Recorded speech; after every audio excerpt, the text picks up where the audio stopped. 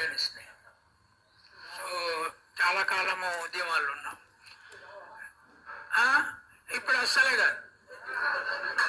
ఎందుకు కాదో చెప్తానే. అంటే రెండు వర్గాల ఆనాడు అంబేద్కర్ రాసిన రాజ్యాంగాన్ని కూలగొట్టాలని సీరియస్గా పెద్ద ప్రచారం చేసి, ఒకవైపు ఆర్ఎస్ఎస్. అప్పుడు ఈ చర్చ వచ్చినప్పుడు నేనన్నా మరి రాజ్యాంగం ప్రకారమే మనం ఇప్పుడు పనిచేస్తున్నాం కదా, పౌరాకులలో ఉన్నాము, కోర్టుకు పోతున్నాము, తర్వాత రాజ్యాంగాన్ని ఓటు చేస్తున్నాము అంటే అది ఎత్తుగడగా చేస్తున్నాము కనుక అంబేద్కర్ బూర్జువా, బ్రిటిష్ ఏజెంటు, తర్వాత బ్రిటిష్ ఏజెంట్ కనుకనే కోటు సూటు బూటు వేసుకున్నాడు.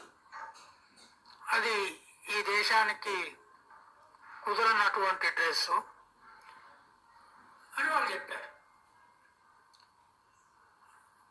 నేను కుర్మకుల్లో నుంచి వచ్చాయి కదా, ఊళ్ళో కుర్మూళ్ళకు ఒకటి ఇది ఉంది, ఒళ్ళోనికి ఆపకాయంత ఎర్రి ఉంటుంది అని. అయితే నాకు ఎప్పుడు తాటికాయంత ఉండేది. ఈ తాటికాయంత ఎర్రి నాకు అప్పుడు లేచి సరే మీరు ఇదంటున్నారు అదంటున్నారు కానీ ఇప్పుడు అంబేద్కర్ సూటు బూటు టై ఇది ఉంటే బ్రిటిష్ ఏజెంట్ అంటున్నారు. నా పక్కనే మేమున్న కూర్చున్న ఆఫీసులో అన్ని మార్క్స్, లెనిన్ అన్ని పుస్తకాలు ఉన్నాయి. సోవియట్ యూనియన్ నుంచి వచ్చేటి ఆ రోజుల్లో పుస్తకాలు. వాటిని ఒకటి తీసిన నేను తీసి దీని మీద మార్క్స్ బొమ్మ ఉన్నది కదా, ఏం డ్రెస్లో ఉన్నాడేనా, సూట్ ఉన్నదా లేదా, టై ఉన్నదా లేదా, లెనిన్ బొమ్మ ఉన్నది కదా, ఏం డ్రెస్లో ఉన్నాడు అంటే మార్క్స్ లెనిన్ సూట్ బూట్ వేసుకుంటేనేమో మనం పూజ చేయాలి, అంబేద్కర్ వేసుకుంటేనేమో బ్రిటిష్ ఏజెంట్ అనాలి. నేను ఇక్కడి నుంచి వెళ్ళిపోతున్నా అని చెప్పాను. మీకు మెదడు లేదు, మీకు మెదడు అస్సలు లేదు.